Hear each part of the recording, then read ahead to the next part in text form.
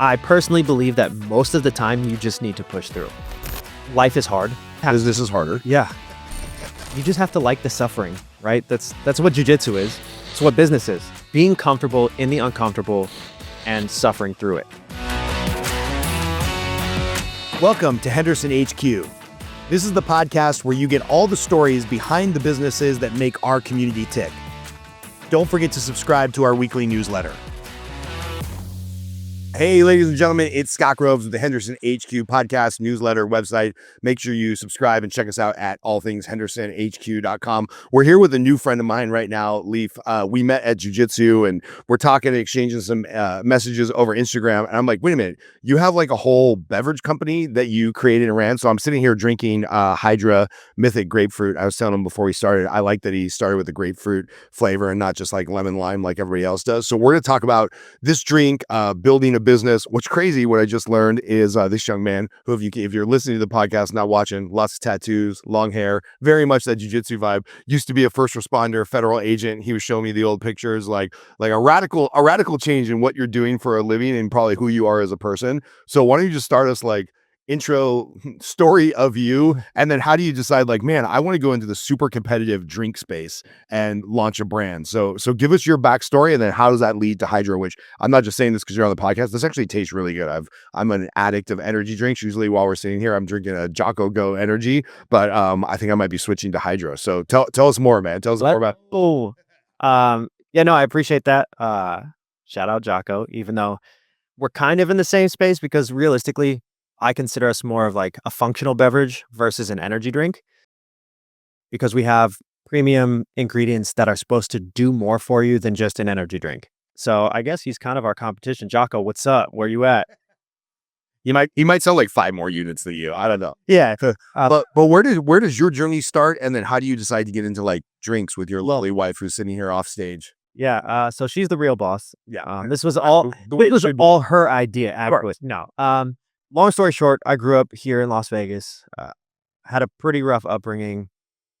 Fast forward to like being an MMA fighter and all sorts of other stuff. I met a dude in the gym who had a CrossFit gym inside where I used to train at. He was a paramedic. He took me on a ride along. I was like, what the is this, dude? This shit is wild.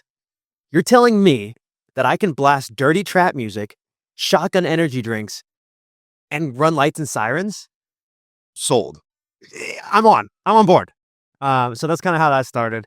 And then fast forward to becoming a federal agent. I had no idea, like, this guy that I worked with was like, hey, you should apply for this.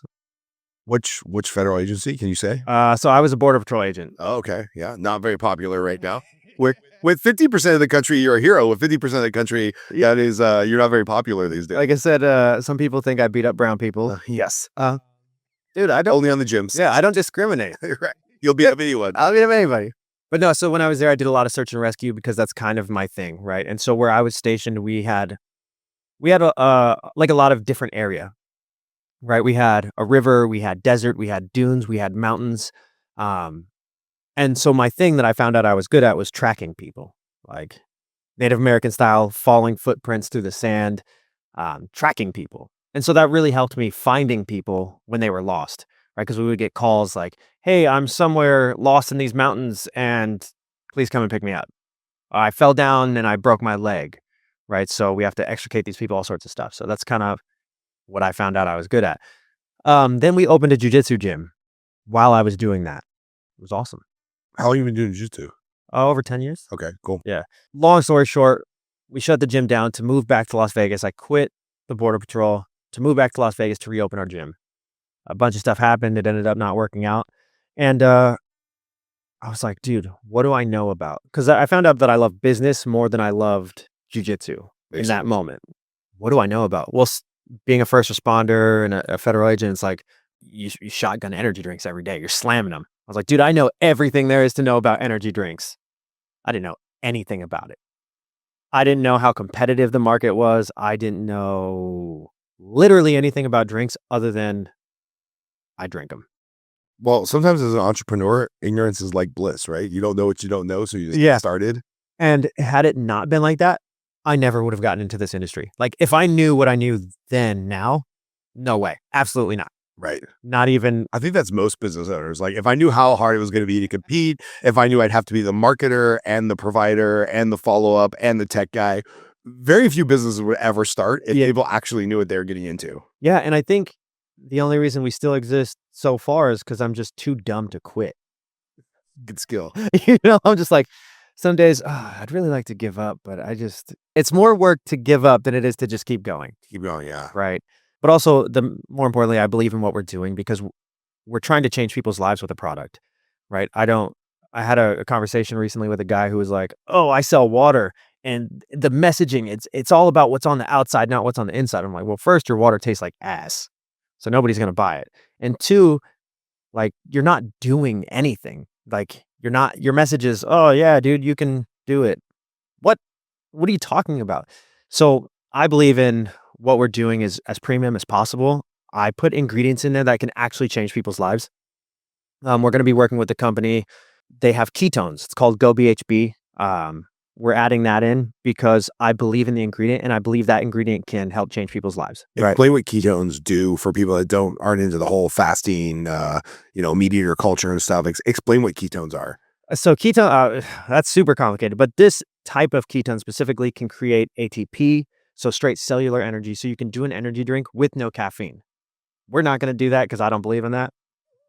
I wouldn't drink it if it had no caffeine, but yeah. Okay. So ketones can kind of like naturally fire up your body instead of that fake like caffeine or sugar high and then crash. Correct. It's like this branch of ketones basically sends notifications when your body's running low. It's like, hey, you need help over here. Hey, you need help over here. And it sends the workers out to go handle business and address those issues. If that makes sense. Yeah. Ketones help your body do so much, right? As far as energy, as far as efficiency, burning fat, general health.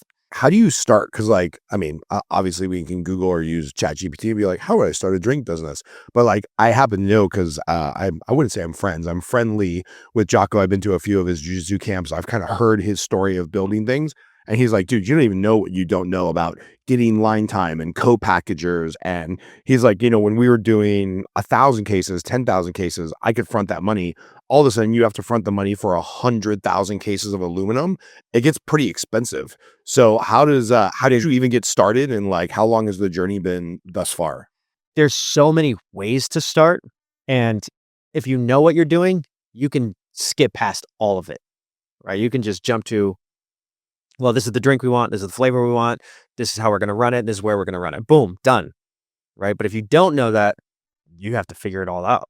Right. And there's companies who will do all of it for you. We're doing everything by ourselves. Okay. Right. We have no investors. We have nothing. That's not the right way to do it. Okay. It is and it's not. Right. Because you're kind of in control of everything. You can make sure that you're doing everything the right way. Now, when it comes to the monetary part, it's like, well, I don't have enough money. Right. Right. Because like you said, it's like, okay, I have to front all the cash for so we'll get there, but for everything. Right. Right. So when you start, the way we started was we went to a company and they're like, hey, it'll cost you X amount of money to, for us to come up with the drink. Because you can go to these companies and be like, I want to make an energy drink. They're like, okay, cool. Like, this is the flavor I want. These are the ingredients I want. You bounce back and forth and they're like, okay, well, this works for this reason and this doesn't. And so on and so forth. You bounce back and forth, sampling the flavors, and then you finally settle on it. There's a lot of ingredients in this. 26 ingredients. Yeah, there is like, and not chemical ingredients like some of the big boys that everybody knows. Like I've read the ingredients and then looked them up on ChatGPT of like some of the shit that I've drank, and I'm like, oh, that's cancer in a bottle. But this is like vitamin D, calcium, iron, potassium, vitamin C, niacin, vitamin D, vitamin B12, pantothenic. I don't even know what that is. Caffeine, thank God. It's the only way I can make it through the day. I'm addicted to caffeine and nicotine, but like, that's a lot, right? So like, so you go to this company and you tell them, okay, I believe in this list of ingredients. I need premium ingredients. And then how long is the process back and forth before you formulate, Mythic Grapefruit? So for us, it took, about 6 months. We went through like 29 different flavor samples before I was finally like, this is the one. Because it was even adjustments as small as like caffeine from coffee or caffeine from green tea.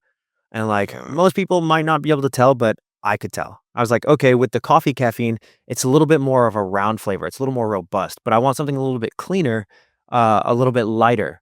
Because everything I did with the thought of me in mind, right? Okay. Like how I train, right? When am I going to drink this? Why am I going to drink this? Right? How am I going to drink it? So I thought about all those things as we were sampling them.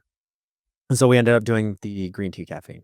But even like it was Yeah, most people wouldn't be able to. nobody would notice, but I noticed, right? And for me, everything that we do, I want us to do at top level. I want us to do premium. How we handle ourselves, how the drink is, how it looks, how it feels like it's textured, right? Yeah. Like everything. And I know, like, I just know this because I know a few people that are in like manufacturing. I know if you have a textured can, like, it doesn't seem like a lot, but you start adding a couple cents here, a couple cents there, it really eats into your margin. And when I touched the can, I was like, oh, is this a wrapper? I'm like, no, this is a textured can. And it like actually feels better in your hand, which shouldn't really matter if I'm just drinking an energy drink or a, what did you call it? A functional beverage. But it does. It's like, it's all these little texture feels and stuff. It's like, it's why Apple spends millions of dollars trying to figure out how you're going to open the box and how the presentation is going to be, right? Exactly. Like all that stuff matters. So how long did it take for you from like ideation through the 6 months of sampling and then like before you sold the first can? Because I can only imagine how much time and money you were invested before you're like, oh, cool, I have something I can sell. About a year altogether, from start to finish before we launched it and started selling it, about a year. Holy cow. Yeah. And that's quick, Yeah. right? I know guys now in the beverage industry who are like, we didn't get our first drink out for 2 years. Whoa. And I'm like, I'm broke. I got to get this shit. I make some money. But yeah, so there's a lot of different ways to do it. We did it the most expensive way possible because you don't know what you don't know, right? That's usually when you first start a business. Like, blow money. Yeah. And a lot of these companies will tell you that they're a full service, right? They make the drink, they package the drink, they set you up with the co-packer, the manufacturers, they do XYZ, everything. It's so expensive. They're gouging you. And there's different ways to do it. There's companies who only do flavoring. That's all they do. But it's not, because they actually do formulation also. So you can go to one of these flavor companies, sign a contract saying, hey, I'll use your flavoring, just make my drink. Most of them don't charge you to make the formula. So you can go get a brand new formula for free as long as you use their ingredients. Didn't know that when you started. No. What are some other lessons that you wish you would have like done more research on or looked into when you started? Because I think like if somebody's watching this and they're thinking about starting a business, they don't even know what they don't know, right? That's the key, right? Is you don't know what you don't know until you make the mistake. And you're like, well, that's fun. I love that for myself. For beverages, so our biggest strength is also our biggest weakness as far as our label goes. So when you're a small business, you think about, I don't need a target market. My target market is humans because I need to make some money. I need to touch everybody. Right. That's wrong, because now you're not going to hit anybody. Right. It's like you're throwing a dart into the ocean and hoping to hit a fish. Okay. Doesn't make any sense. So for us, the flip side of me doing everything according to the way I like things is I made this can like super sick. I was like, it's going to look fucking sick. It's going to be awesome. It's going to be dark. It's going to be cool. It's going to be flashy. The art's going to be sick. It's going to be textured, so on and so forth. Very much looks like a tattoo that you might have. Well, the funny thing is our target market is people who are generally more health conscious.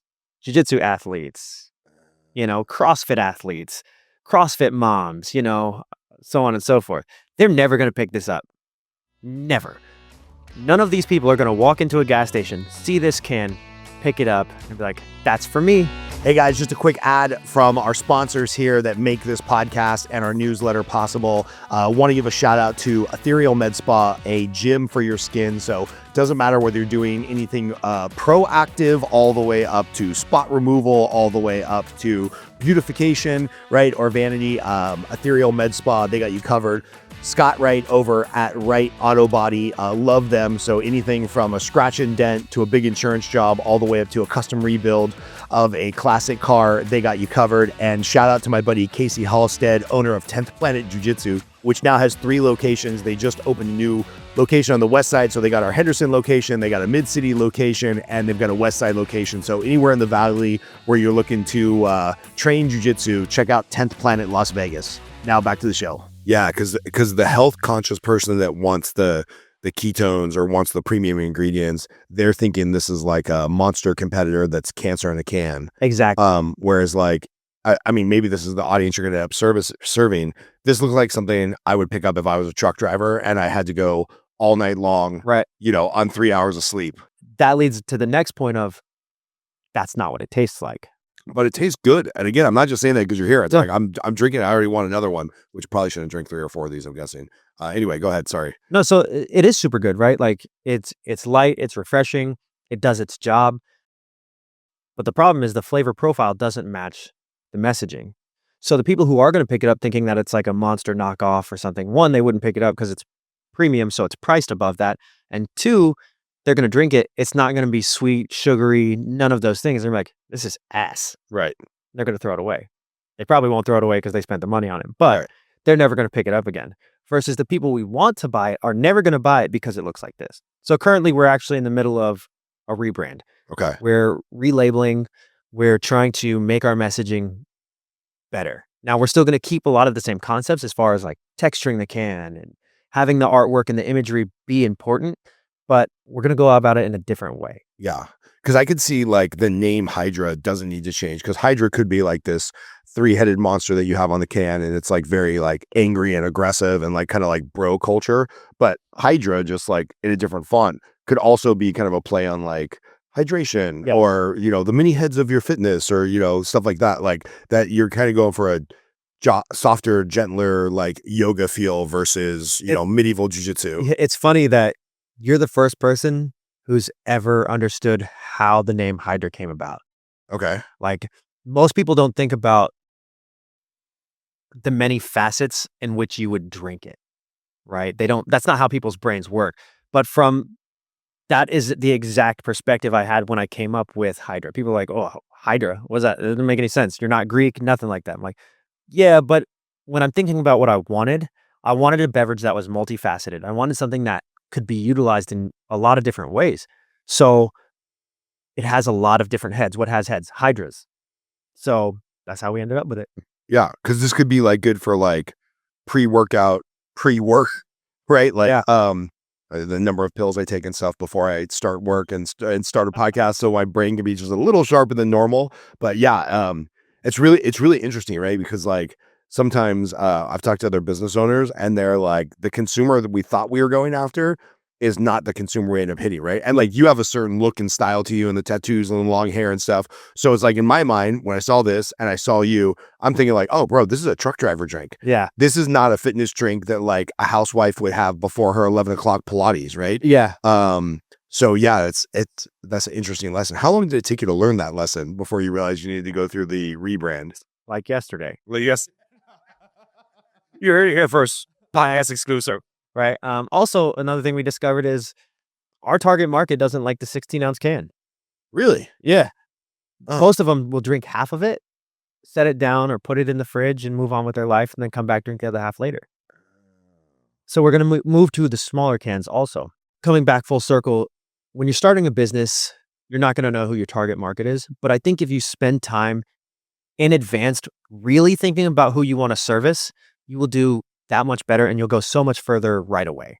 And obviously that's going to change as the business unfolds. Your market might change a little bit, but if you really have nailed down who you want to market to and sell to, who your product is going to benefit, because I think that's the thing of a business, right? This is what I'm the most passionate about. Okay. This is it, is who can I help, right? And how can I help them?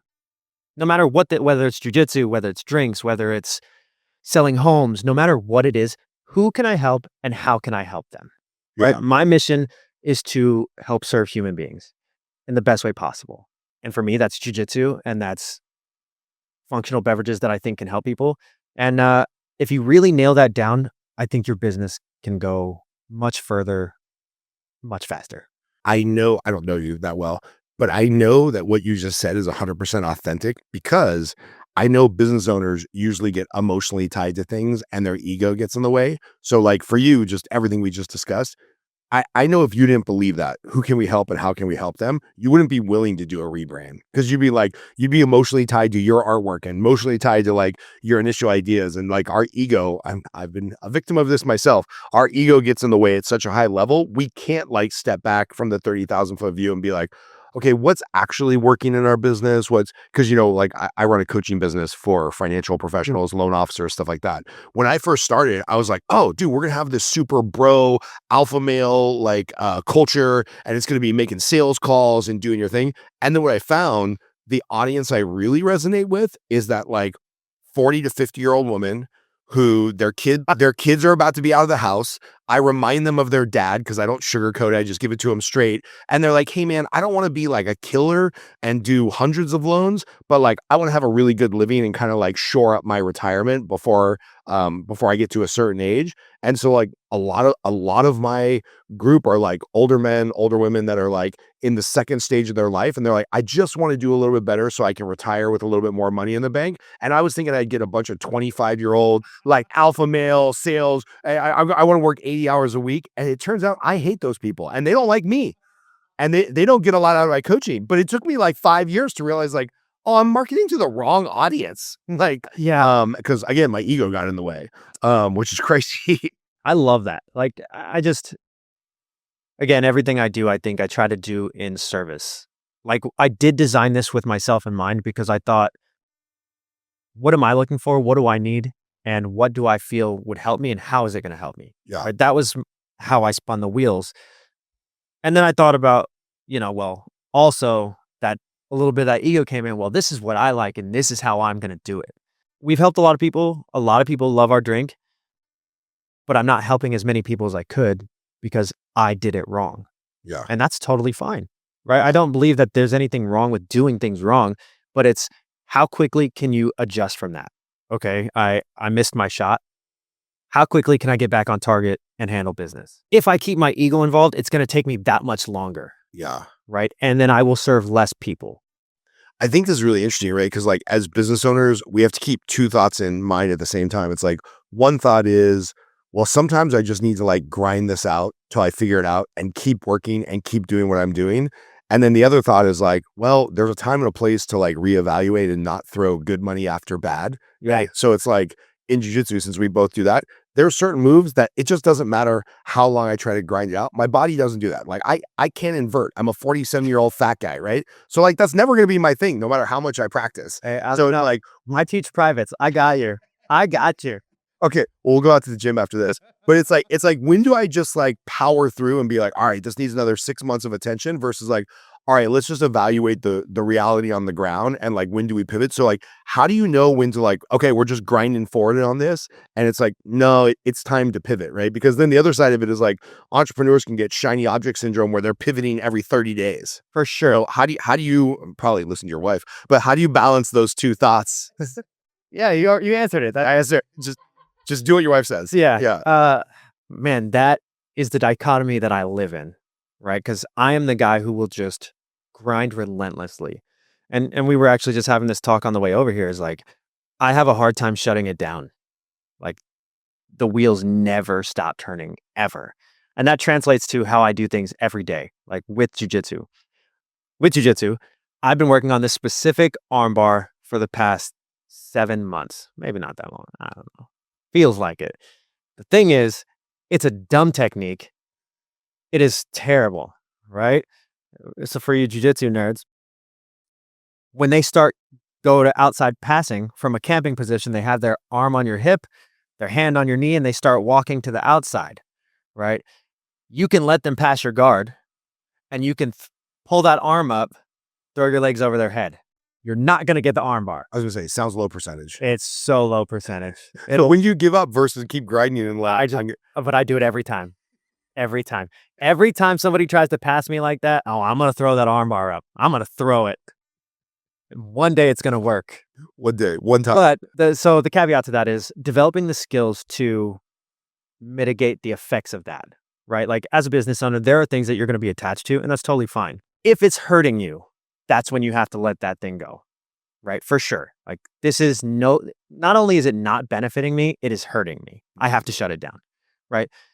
If I go back to this move, I have really good guard retention, right? So if I fail the technique, I invert through, throw my legs back, boom, I'm squared back up. You didn't pass my guard. I didn't get the arm bar. No harm, no foul, right? I'm just going to keep trying it because it's fun, right? And there are things in business that you do that are just fun, right? You're going to be like, oh, I enjoy spreadsheets. Said nobody ever. Nobody ever. He said, Except for this nerd right here, I actually love Google Sheets. Like every time I try to organize my thoughts, I'm like, oh, Google Sheets, obviously. People are like, God, Scott, don't send me another Google Sheet. So yes, I am that weirdo. But anyway, go forward. But everybody has their thing that they love to do. They're attached to in their business. Totally fine. I think in business, for the most part, you have to just grind all the time, no matter what. But it doesn't always look the same, right? It doesn't always mean doing this thing, right? Because when you run into a wall, it's like, okay, what are my options? Go through it, go around it, go over it, or go back. Those are all viable options, right? But you have to think about what you're trying to do, the magnitude you're trying to do it at, and you have to really be honest with yourself. And I think that's what it comes down to, is being honest with yourself, right? Like, what are my goals and what is the fastest route to get there? And then from there, you can kind of decide, I have to pivot from this, right? Or I just need to push through, right? I personally believe that most of the time you just need to push through. Life is hard. Everything is hard. Yeah. Business is harder. Yeah. And you just have to like the suffering, right? That's what jiu-jitsu is. It's what business is.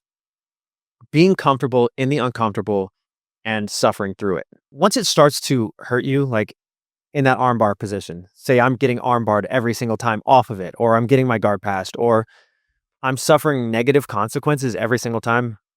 All right, time to give it up. Yeah. Because it's not fun anymore. It's not successful. And I'm losing this. Not that. No, I know what you mean. Losing in the gym doesn't matter. Right.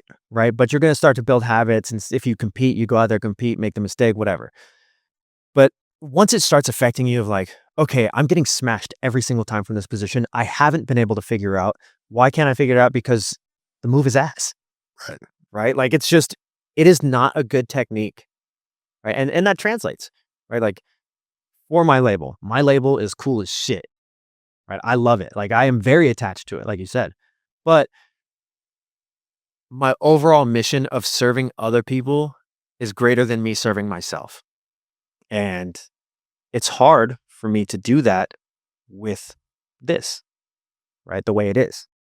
Because the wrong people are buying it. That's a hell of a lesson, man. Like if you, I mean, people have heard some version of this a million times, like put your customer first or whatnot. But I think the way you just articulated it, like that's the thing, right? I was actually just talking to a loan officer that I coach who has a couple of junior partners, and luckily this podcast will be out after this person gets fired, so no fear. And she's like, we ran into this situation where the clients, like literally the moving truck is packed. They're supposed to close on Friday. They don't have a house to live in as of Saturday. And it just came up that the seller has some IRS lien on their house that they can't get cleared for like $300,000. They cannot like strategically sell the house, or there's no way for them to sell the house because they don't have $300,000 to come in. And she's like, I was having some problems with this employee to begin with. And he came in, did not care about the family, did not care that this person's life is totally displaced. He's just like, I can't believe we're not going to close this deal. I'm not going to get paid. And she's like, bro, that's the wrong thesis. Like you have a family that's got a U-Haul truck packed. They thought they were moving into their dream home on Saturday. The seller wasn't forthcoming and the title company kind of screwed up. And now we know 24 hours before they're supposed to move into the house that they don't have a house. And he was worried about his paycheck. And she's like, he's gone. And I'm like, yeah, if you hadn't made that decision, I'm going to make that decision for you, because if you care about the client first, all the money will like fall into place. Yeah. I'd be like, well, it looks like they're moving into your house there, chief. They're staying with you for a month until they find a replacement home. So let's talk about distribution, right? Because you can have the greatest product, you can have a beautifully rebranded market, you can know your target audience, you can have the most premium ingredients, you can have a great tasting product, like you can do all the things right. And if marketing and distribution falls apart, well, then you don't really have a business. And I happen to know that how much space is on, shelves at stores. So that's probably long-term play down the road. I know a lot of drink companies start just, direct order and trade shows and getting into an industry like jiu-jitsu where people start to know your product. What was the original idea and where are you today for how you're going to actually sell this thing? Because I'm sure that has changed. I'm sure that has changed 30 times in the last year or so. So how did you originally think you were going to sell? And then what's the reality of how you're selling? Dude, I thought I was going to sell out already. Like within 3 months, I was like, I'm going to sell all of our product. Yeah. I'm going to thug it out. I did not, in fact, thug it out. I did not sell all of our product. Not even close. Distribution's hard, right? Because nobody wants to take a risk on you, right? Because you do have to fight for shelf space. Why would I buy your stuff, especially if it's more cost inefficient because it's premium, so we sell a little bit more expensive, when I can buy, one of these other brands that have notoriety at a cheaper cost that I know is going to sell. You have to try to explain away their fears and be like, look, just take the shot. I'll make sure it sells. And then you really have to hustle, right? And that's in the beverage industry, especially if you're doing it the way we're doing it, it's challenging because you have to be everywhere, right? If I get my drinks into a store, I have to launch it. I have to go there and be like sampling it out because otherwise I would talk about style. Yeah. 100%. Constantly doing, you said these trade shows, doing all this type of stuff. Just, there's a saying in the beverage world, cans in hands. And that's what you have to do. We're predominantly in CrossFit and jiu-jitsu gyms. What I've been doing is I'll go and I'll roll with people. And then I'll be like, oh, hey, that drink in the fridge over there, that's my drink. And they're like, oh, whoa, that's yours? It's like, yeah, dude. They're like, whoa, you just choked me for 6 minutes? I'll try it. It's all the drink. It's not the 10-year experience and the thousands of hours on the mat. It's all the drink. Yeah. I'm like, totally. Shotgun one of those and then step on the mats. Like, throw it down. Do you let them choke you now? Like, do you lose on purpose so that they feel like the drink worked? Yeah, maybe. Who knows? And just before I forget, what's your website if people do want to give it a try and go order directly? So you can look us up at on Instagram at Hydra Bev. Okay. You can buy our stuff from Instagram, or our website is www.hydramerch. Hydra. Yep. Hydra for people that don't know about the multi-headed monster. Hydramerch.com. Yep. Okay, cool. Love it. I'm gonna order a bunch of cases because I like it. I wasn't gonna order the cases if I didn't like it, but I actually do like it. Hey, so you know what though? That's what I want from people. I tell people all the time, I want your feedback. If you hate it, if you hate everything about it, tell me why. I want to know because we're still in such an infantile state. I can change things. If that resonates with me, if I think that makes sense, I can fix it. Yeah. Right. And maybe you'll never be a customer again, but you just helped me help somebody else. Right. So if people hate it, I want to know that too. If you don't like it, don't drink it. You mentioned going to the smaller can. Is that just because the target audience, they want less in their system before they roll or do CrossFit? Or is it just have you got any feedback on the taste profile is great for 8 ounces, but 20 ounces or 16 ounces is too much? Or what are you hearing that's making you want to reduce the size of the can, by the way?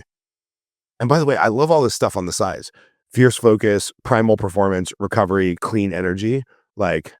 It now bothers me that this branding is smaller than all the other branding because this is kind of what you're selling, right? Yes. Okay. And so that is one of the things we're working on. After the podcast, I'll show you what our next sample is looking like. Cool. We have some sketches of kind of what our next can is going to look like. It's a total rebrand, total different.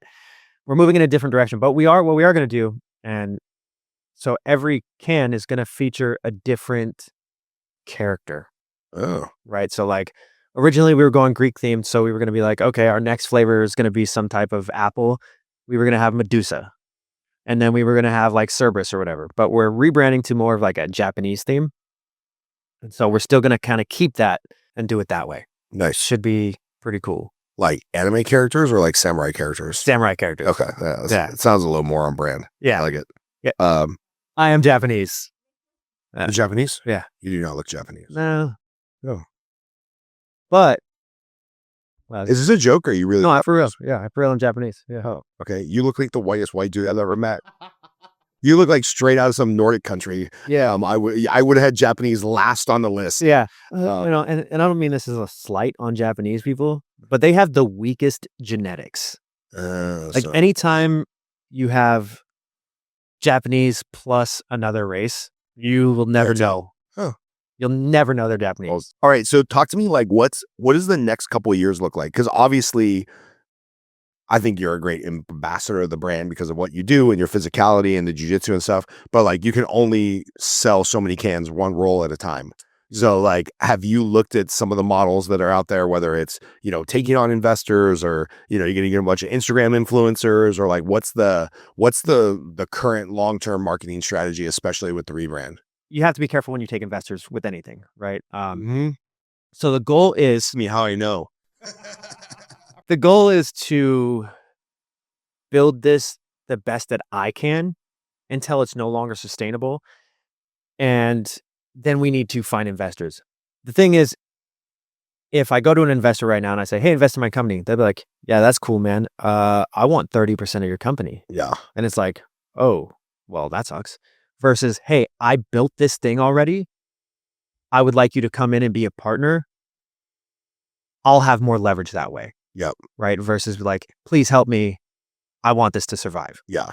Right. So finding that balance of like, I need to build something good enough to have leverage so that I don't get leveraged. Yeah. Is kind of the goal. Influencers for sure. That's tough because influencers want to do the thing that they do and just want to get paid for it. Right.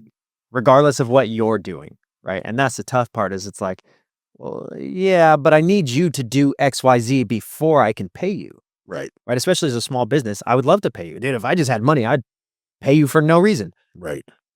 I physically cannot do that. I can't pay you unless you're making sales. And if you're not promoting the brand, you're not making sales. Everything is kind of, and this is just business in general, everything is kind of a fine line of what you can do and what you can't do, what other people are willing to do. Yeah. And what you can afford to do, right? Right. Like it'd be great to put your new can in front of pick whatever million person influencer, but that's going to cost you $1 million. I'm going to guess you don't have $1 million to, an exclusive with Mr. Beast or whoever. Yeah. It's like, that's real stuff. And so it's like, there are other ways to do it. Networking for sure. Right.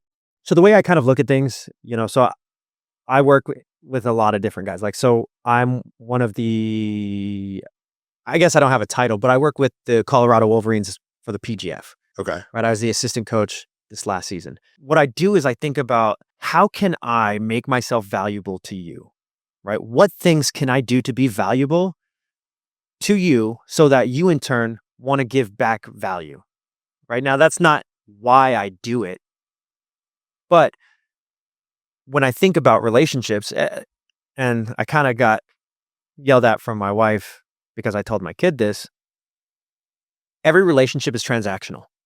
Every relationship across the board is transactional, right? Like if I tell you a joke and you laugh, I got paid with laughter, but that was a transaction. Now that's not why you do it. Right.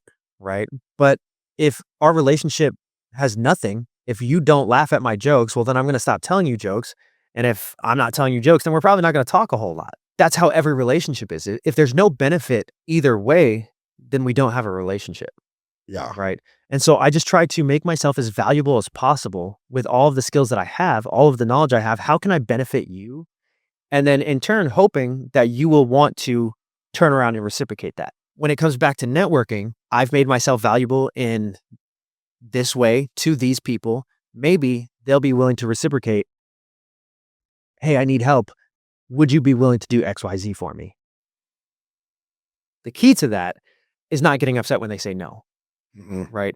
Like I never try to leverage a relationship and then get upset if they're not willing. I would be dumb for that. Right. Right. And then I also wouldn't have a lot of friends because everybody would see like, oh, you're just trying to use this person. Yeah. It's like, no, I'm asking if you can help. If you can, I would love it. If not, no sweat. I don't care either way. Right. Because I still have to accomplish the missions and tasks that I have to accomplish, with or without you.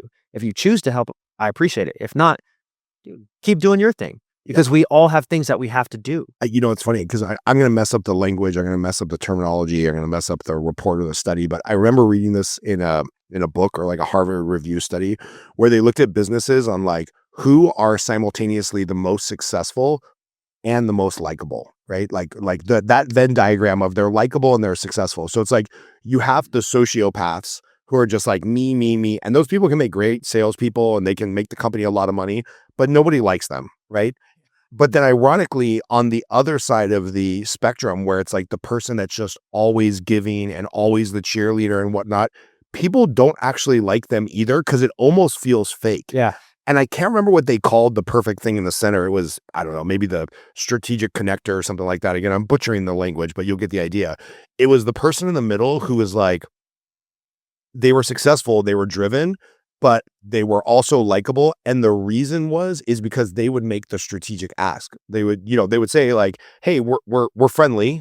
Can you come on my podcast? Because I need content. And that'll be like good for you to get brand awareness out there, right? Like this is a transaction. But I don't think there's anything inauthentic about it. Right. So it's like those people in the middle of like, if you can make yourself successful, hungry, aggressive, also likable, it's usually because you've mastered this idea of like, how are we managing this transaction, right? Yeah. Now, if you ask me, can I come on the podcast 5 times and can I be in the newsletter for free and can I do this? Which I've had some people ask me that. I'm like, dude, you're just a taker. There's no authenticity about you. Like you haven't asked to give anything back.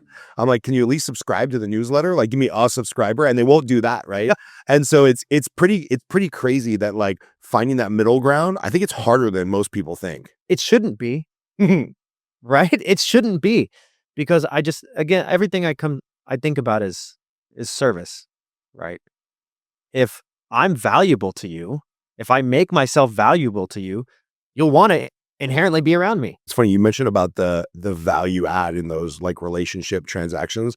A friend of mine, Hal Elrod, who wrote the book The Miracle Morning, we were at a mastermind group together, and he got super busy because his book blew up. He sold millions of copies, speaking engagements and mastermind groups and podcast requests and whatnot. And at one point, he had to go through his phone. I thought this was an interesting exercise.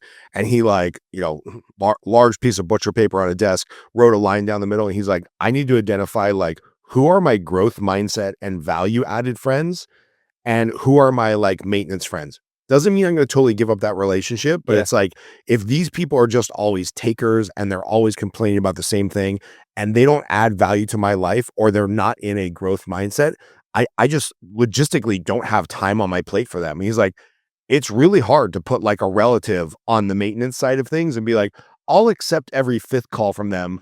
But what I really need to be doing is like focusing on these value add people. And he wasn't doing it in like like a Machiavellian, I only have relationships where I get stuff out of them. He's like, but if I'm going to talk to Scott, I want to know I get some benefit out of that conversation, even if it's just talking about our kids or whatnot. And I think a lot of people get stuck in these like maintenance relationships where it's like you're giving a lot more than you're getting. Yeah. And like as a business owner, especially with as busy as you are with all the things that you're doing, like you kind of have to surround yourself with the growth value add people, right? Yeah. And that's the thing is, I don't believe in that. Right. Like even in the workplace, like we still work full-time jobs, and it's like, I am not going to placate to anybody. If I don't like you, I don't like you. It's that simple. Like I don't have to communicate with you. I don't have to say, "Hey, what's up? How are you today?" No, I don't give a shit. Right. Right? And also don't give a shit about me. That's totally fine. We were friends in the 5th grade. Okay, cool. That's great. What are you doing now? Right.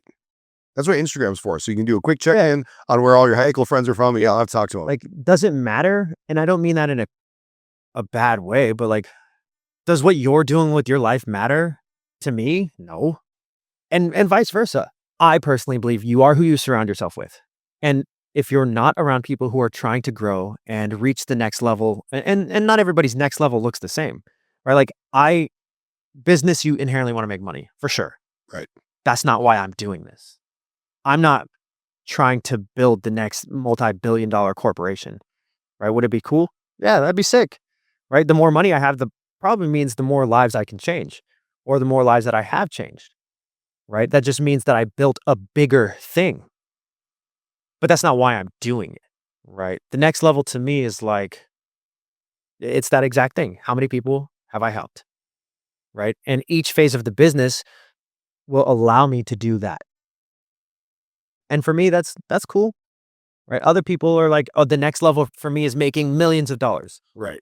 Right? Or the next level for me is getting my blue belt, or, hitting this weightlifting PR, or hitting a mile, or whatever your thing is. That's totally cool.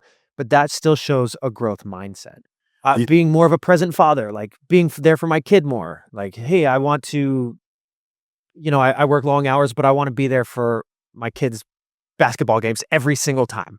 He just tries, right? Just getting after it. That is, to me, like going back to grinding through things. That is grinding through things, right? Like sticking with your commitments regardless. And those are the people I surround myself with. Do you happen to know Dan, about my age? We kind of look similar, actually. People call him Timu Scott, and I'm Timu Dan.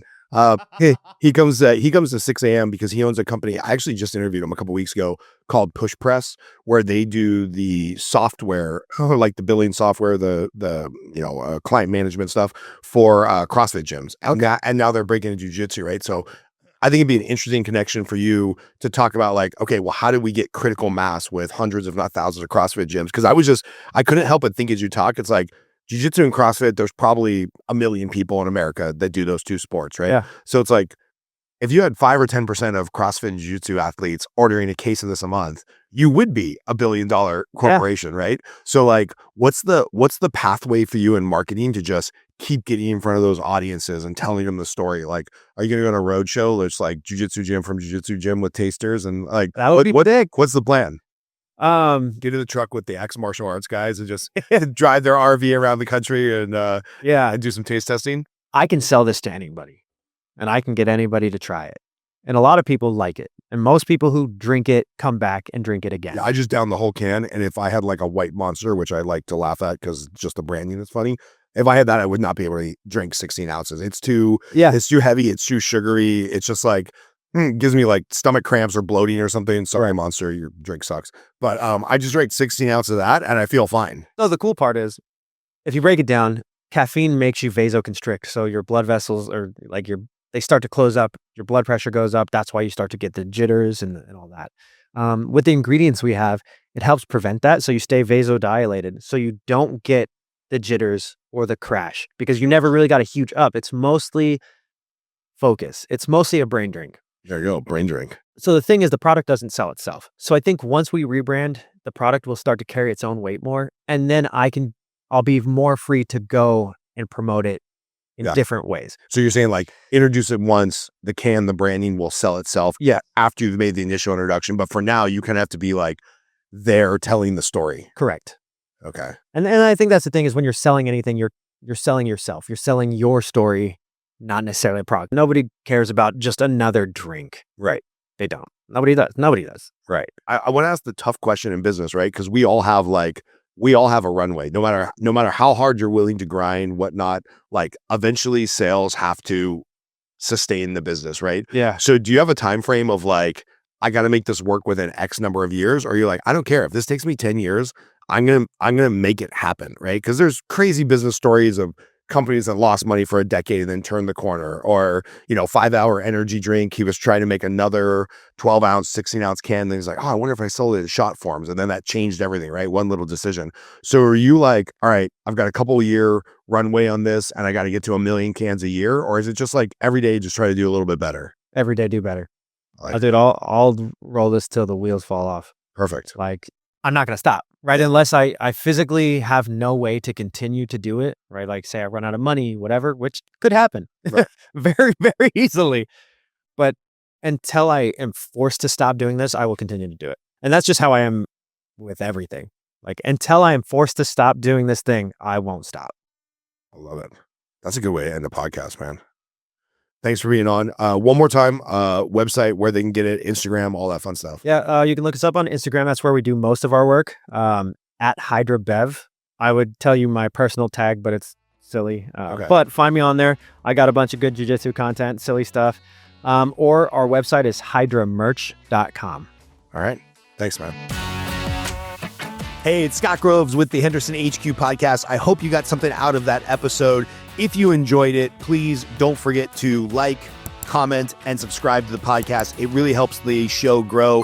And by the way, if you are a business owner or you know a business owner who has an interesting product, service, or just an interesting backstory, please get in touch with us. Email us at thehendersonhq@gmail.com. We would love to interview you because that's what this show is all about. It's about building community, supporting local, individually owned businesses, and just making Henderson a great place to live. And don't forget, go to hendersonhq.com and make sure you sign up for our newsletter. We send out a once-a-week newsletter, no spam, about the most interesting local businesses, hotspots, restaurants, community events. Thanks for watching the show. Really appreciate you.